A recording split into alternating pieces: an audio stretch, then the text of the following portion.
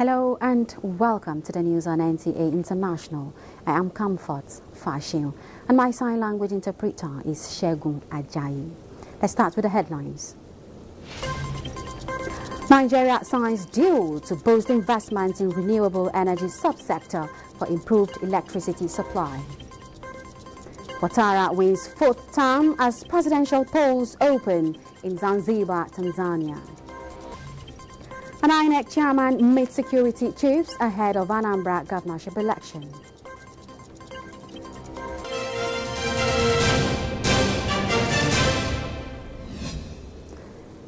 Nigeria and Denmark are hoping to expand their scope of partnerships through a public-private partnership agreement. President Bola Tinubu received founder of Bestsellers Foundation, a Danish private investor, in this regard. State House correspondent Musbao Danwahab reports. It's a new hope for an expanded partnership in the communication, innovation and digital economy sector. The minister got a prospect for an improved collaboration as he led the founder of Bestseller Foundation to the president. The Bestseller Foundation already has presence in cultural and sporting sectors in Nigeria. But the founder acknowledges that the Tinubu's administration's reforms are opening up new investment opportunities in the country. We really admire your country. We admire the reform that you have taken the leadership of your country. And we understand that this is no easy task, but it's meaningful work. And we definitely applaud that from afar. And this is also what is a part of our sincere interest in coming here and seeing what we can do. We clearly see opportunity, we see the talent, we see the creativity. Some of it, we admire in our daily life in Denmark, whether it's music, whether it's fashion. We want to be a part of what we believe are a great time ahead for your country.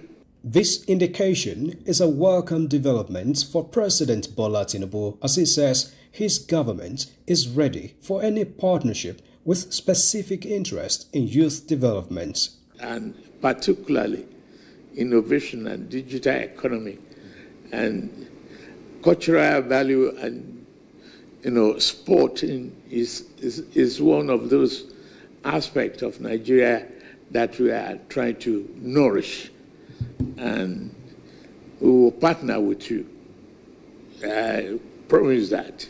President Tinubu adds that various reforms instituted by his government are geared towards maintaining the status of the country as the giant of Africa. Nigeria prides itself in the continent, and we believe that it is only here that we can energize the growth and inclusiveness of prosperity in our continent. If we don't partner with people like you, we will have failed. We are looking forward to a prosperous, rewarding future for both of us. We're speaking to Denmark, but also quite a number of investors in Denmark to invest in our fiber optic network, where we're putting $2 billion US. The government is investing 900, and that's already done. But we're getting private investors to also top up that money. So that's largely where we are pushing to ensure we can secure further funding. The Bestseller Foundation founder is the richest man in Denmark and largest landowner in Scotland. From the State House, Musbao Danwahab, NTA News. The federal government says Nigeria is a tolerant nation when it comes to issues related to religion. Nigeria's Minister of Information and National Orientation, Muhammad Idris, made the clarification while appearing on CNN. Idris refuted the alleged reports of systemic genocide against any religious group in Nigeria. The minister described Nigeria as a peace-loving people who have continued to live peacefully anywhere within the country. Idris noted that the economic policy of the Tinubu's administration has about renewed hope for the people and improvements in the economic landscape. Well, we believe, and I will reiterate, that we do have security challenges in the country. We are not denying this. We are not asking for denial in that direction. But what we are saying is that we need, to make Nigerians to believe and the world to believe that this government is actually working to ensure the security of lives and property of everyone. Christians, Muslims living side by side each other. When you say that only a particular region is being targeted, that is not true in this country. We know that some of these Boko Haram extremists have targeted also Muslims in the mosque. Yes, they have targeted also Christians in their churches. So that is why we need the world to know that there is indeed this challenge, and to drive it, to characterize it as a religious issue, is not helpful for our country. It will drive us towards division. What these criminal elements and these extremists want is actually to make Nigerians and the world to feel that there is actually a fight between Christians and Muslims in our country. This is not the case. Absolutely false. Our constitution, Nigeria is, our constitution guarantees the right of every citizen to practice his religion, whether a Christian or a Muslim. And the hierarchy of our government, there are both Muslims and Christians, living in harmony, working together to ensure the return of security and of lives and property all over the country. And we're achieving that in that direction. Even the recent changes you alluded to is all helped, geared towards strengthening our security architecture to ensure that yes, indeed, government responds to every situation. Nigeria has again signed another landmark deal of an initial 100 million euros in its deliberate drive to boost investments in renewable energy subsector for improved electricity supply in the country. The Energy Commission of Nigeria, ECN, signs a Memorandum of Understanding with Unidaco Limited, London, on behalf of the federal government. The signing, held at the House of Lords, London, during the Renewed Hope Global Dialogue UK edition, marks a major milestone in advancing Nigeria's clean energy transition. Director General of ECN, Dr. Mustafa Abdullahi, says the partnership underscores the present administration's commitment to expanding renewable energy access, driving innovation, and strengthening Nigeria's capacity to harness clean technologies. It also aligns with President Bola Tinubu's renewed hope agenda, particularly on sustainable energy solutions as a catalyst for economic growth and development. Nigeria, the Director General says, is poised to deepen global partnerships that will accelerate the country's energy transformation, which is charting a new course toward an inclusive, energy-secured and prosperous nation built on innovation and collaboration. And the chairperson of the African Union Commission, Mahmoud Ali Yusuf, has condemned reported atrocities in El Fasher following the city's takeover by the Rapid Support Forces, RSF. In a statement issued on Tuesday, the chairperson expressed deep concern over escalating violence and grave violations of human rights and international humanitarian law, including alleged war crimes and ethnically targeted killings of civilians. He reminded all parties of their obligations under international law to protect civilians and warned that those responsible for such acts will face accountability. Humanitarian corridors to deliver life-saving aid and renewed commitment to dialogue. The African Union reaffirmed its solidarity with the people of Sudan and its support for their aspirations for peace, unity and democracy.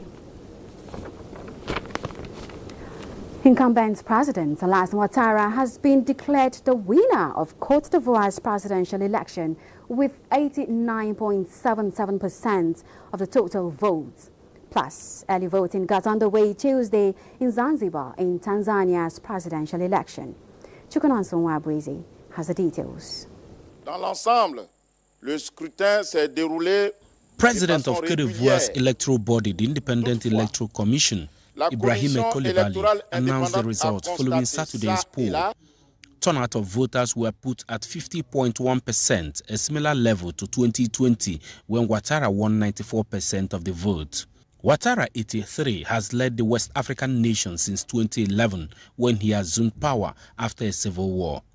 His latest victory extends his rule toward 2 decades, built on a platform of strong economic growth and major infrastructure development. The president's bid for a 4th term sparked pre-election tensions. Although the constitution limits presidents to 2 terms, Ouattara maintained that a 2016 constitutional referendum reset the count. In a related development, voters cast ballots at polling stations in Zambia as early voting got underway in Tanzania's general elections. Some 700 islanders will vote for both mainland presidential candidates and the local president from Tuesday. The country's semi-autonomous island, home to roughly 1.9 million people, was joined with the mainland to create Tanzania in 1964, with Zanzibar governed by a unity government. Mainland Tanzania will head to the polls on October 29th, although the main opposition candidates have been barred from participating. In other news, European Union chief Ursula von der Leyen has expressed her full solidarity with Lithuania over repeated incursions into the Baltic nations' airspace. Speaking in Stockholm, Sweden, where a meeting of Nordic leaders is taking place, von der Leyen describes the incursions as a provocation. This is one more very good argument for the readiness roadmap and the flagships in it, the Eastern Flank Watch and the drone initiative, the drone defense initiative we're taking together. Because independent what it is, we will not tolerate any incursion in our airspace or our territory. Lithuania has accused Russian ally Belarus of hitting the country with a hybrid attack after dozens of contraband-laden balloons forced the closure of airports last week. Chukunonsonwa Bweze, NTN News. U.S. President Donald Trump and Japanese Prime Minister Takaichi have signed an agreement securing the supply of critical and rare earth minerals. Chukunonsonwa Bweze reports that the U.S. leader is also on a 2-day visit to Japan, sandwiched between a trip to Malaysia and a meeting in South Korea with Chinese counterpart Xi Jinping that could ease the trade war between the world's 2 biggest economies. Japan's new Premier Sane Takaichi lavished U.S. leader Donald Trump with praise and vows of a golden age of ties on his visit to Tokyo Tuesday before inking a deal with Washington aimed at securing critical minerals. Takaichi, Japan's first woman prime minister, pulled out all the stops for Trump in her opening test on the international stage. Takaichi praised Trump's efforts towards a ceasefire between Thailand and Cambodia and his unprecedented historic achievement of the Gaza deal. Diplomacy to protect Japan's own national interests. In addition, I am ready to promote further collaboration have recently achieved in the Middle East is an unprecedented historic achievement. In return, Trump, who was meeting conservative Takaichi for the first time on an Asia tour that aims for a deal with China, said Washington was an ally of the strongest level. After meeting Takaichi, Trump then met with families of Japanese abducted by North Korea decades ago, where he said the U.S. is with them all the way as they asked for help to find their loved ones. U.S. President Donald Trump and Prime Minister Takaichi on board the aircraft carrier USS George Washington were also at the U.S. naval base in Yokosuka, where the U.S. leader delivered a speech lauding the cordial relations between the 2 countries with an announcement of a new defense deal. I'm delighted to report that I've just approved the first batch of missiles. You saw a couple of them coming down with me. I hugged them. We need them. They're the best in the world. Nobody has them like we have them. They all want our missiles. That's the problem. Everybody wants them. But it's the first batch of missiles to be delivered to the Japanese self-defense forces for Japan's F-35s. Trump is on a 2-day visit to Japan, sandwiched between a trip to Malaysia and a meeting in South Korea with Chinese counterpart Xi Jinping. Chukunonsonwa Bweze, NTN News. You're watching the news on NT International. Let's take a pause here for commercials. We'll be back shortly. The Senate will on Wednesday screen the newly appointed service chiefs to enable them commence work immediately. This decision was reached during a plenary Tuesday after the letter communicating the request from President Bola Tinubu was read by the President of the Senate, Godswill Akpabio. In another development, Senate says the removal of Nigeria from the grey list of the Financial Action Task Force will impact the country's economy through sustained foreign direct investments in the energy, technology, agriculture and manufacturing sectors. The Senate espoused this view as it expressed support to a motion commending the efforts of President Bola Tinubu and key agencies for implementing reforms and enforcement of regulations across financial systems. It has been delisted from this grey list, and the benefits will dovetail to ordinary citizens who do business with the international community. The lawmakers noted that the new status has improved Nigeria's reputation and restored confidence among credit rating agencies. It's 11 days to the Anambra governorship election, and any attempt to vote buying or electoral violence will be addressed squarely with uncompromising response. INEC Chairman Professor Joash Amukpiton and the Office of the National Security Advisor handed down the warning at an interagency consultative meeting on election security in Abuja. All eyes on Anambra State, November 8, a day of decision. Voters to vet the candidates' credentials, records, and surrender their sovereignty to the most suitable for the #1 seat. Electoral violence, vote buying, the enemies of democracy. INEC Chairman Joash, just 7 days in office, 11 days to face his first task. The Anambra decides. And here discussing with security agencies to strike on vote buying, electoral violence in Anambra State. That any attempt to induce voters before or during the Anambra election must be resisted and curtailed. With our collaboration with the law enforcement agencies, especially the anti-graft agencies, to stop vote buyers from contaminating our electoral process. Any form of violence during the elections will be met with strong, uncompromising response. All vigilante groups will not be allowed to have any role to play during this election. Assurance quite encouraging, but active voters' participation another big issue. And collection of permanent voters' cards in Anambra State expected to end Wednesday, October 29th, but INEC has reconsidered its earlier deadline.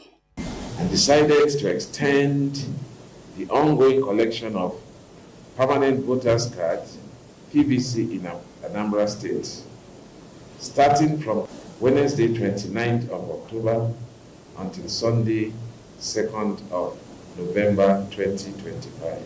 No much time for rhetorics, but action by all stakeholders for fair exercise. Mie Ogede, NT News.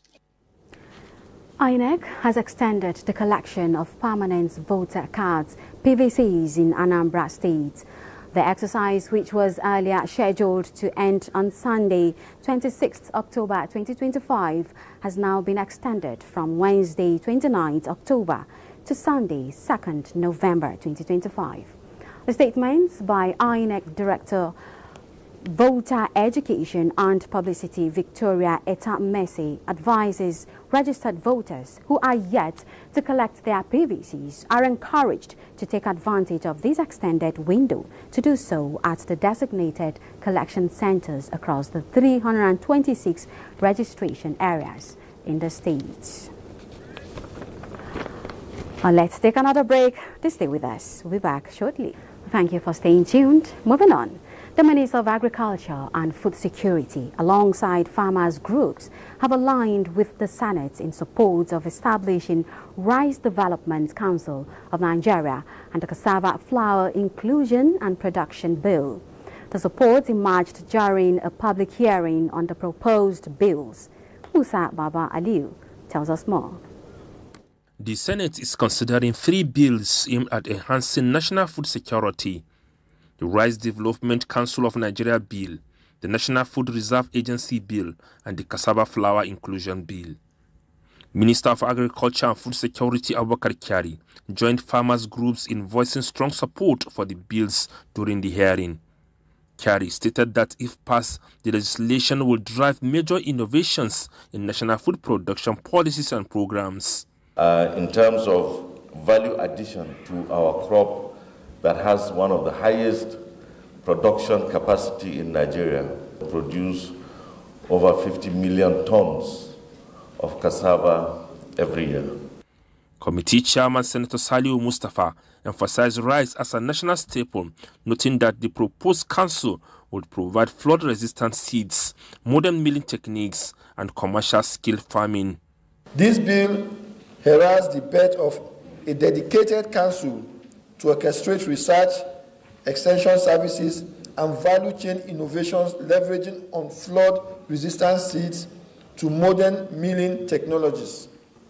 This bill represents our economic firepower, poised to create millions of jobs, reduce forex spending on importation, and make Nigeria Africa's rice powerhouse. Rice Millers Association of Nigeria recommended replacing of Central Bank of Nigeria board with specialized institutions like Bank of Agriculture. We therefore urge the Senate to support the passage of the National Rice Council Development Bill, and we, the stakeholders, we pledge to work with all stakeholders to ensure the implementation of this bill once it is passed. If this bill is passed, many women would have job opportunities. Economists believe the proposed Rice Development Council of Nigeria bill could help Nigeria slash its annual rice import bill of $2 billion annually. Musa Baba Aliyu, NTA News. The Green Women Platform, an initiative of the Pan-African Great Green Wall, designed to place women at the heart of their fight against the escalating risk of climate change, is being validated, with stakeholders calling for strong partnerships and collective ownership to ensure its success. Charles Alpha reports. The First Lady of Nigeria, Oluremi Tinubu, in November 2023, during the Pan-African Great Green Wall Council of Ministers meeting, launched the Green Women Platform. This validation and official unveiling of the Green Women Platform and logo gives practical effect to that vision. The platform must be a representative of the many women who do not have access to decision-making. Is more than a movement that recognizes and elevates the central role of women in building climate resilience, restoring lands, and transforming local economy.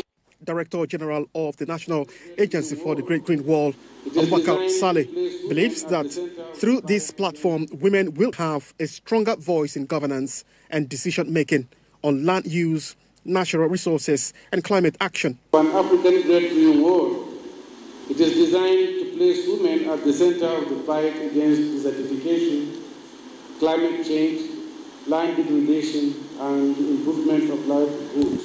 Minister of Environment Balarabe Abbas Lawal, represented at the event, said the success of the initiative depends on partnership and collective ownership, while government will continue to provide the enabling environment. As we validate this important framework today, I urge all stakeholders to continue promoting collaboration, capacity building, and access to resources for women. This will enable them to fully participate in decision-making and implementation processes. The initiative championed by the Pan-African Great Green Wall Agency, is being supported by the World Food Programme and the Federal Ministry of Environment. Charles Alpha, NTA News. Nigeria's First Lady Oluremi Tinubu heartily felicitate wife of former head of interim national government, Mrs. Margaret Shonekon, as she turns 84, rejoicing with the celebrants, her children, grandchildren, family, friends, and loved ones on the joyous occasion of her birthday. The First Lady, in a message, wishes her many more years in divine health, strength, and joy and peace. President of Alumni Association of the National Institutes, Ambassador Emmanuel Obi Okafor, has congratulated Lieutenant General Olufemi Olushola Oluyede on his appointment as Chief of Defense Staff. In a statement, the President, on behalf of members of the association, extolled the outstanding qualities of Lieutenant General Oluyede, describing the appointment as most deserving. This appointment is a resounding recognition of Lieutenant General Oluyede's distinguished service, professional accomplishments, and sterling leadership qualities. The National Institute, AANI, an association of eminent Nigerians who have passed through the senior executive course of the National Institute for Policy and Strategic Studies, NIPS. That is it on the news. Thank you for staying with us. I am Comfort Fashim, and my sign language interpreter has been Shegun Ajayi.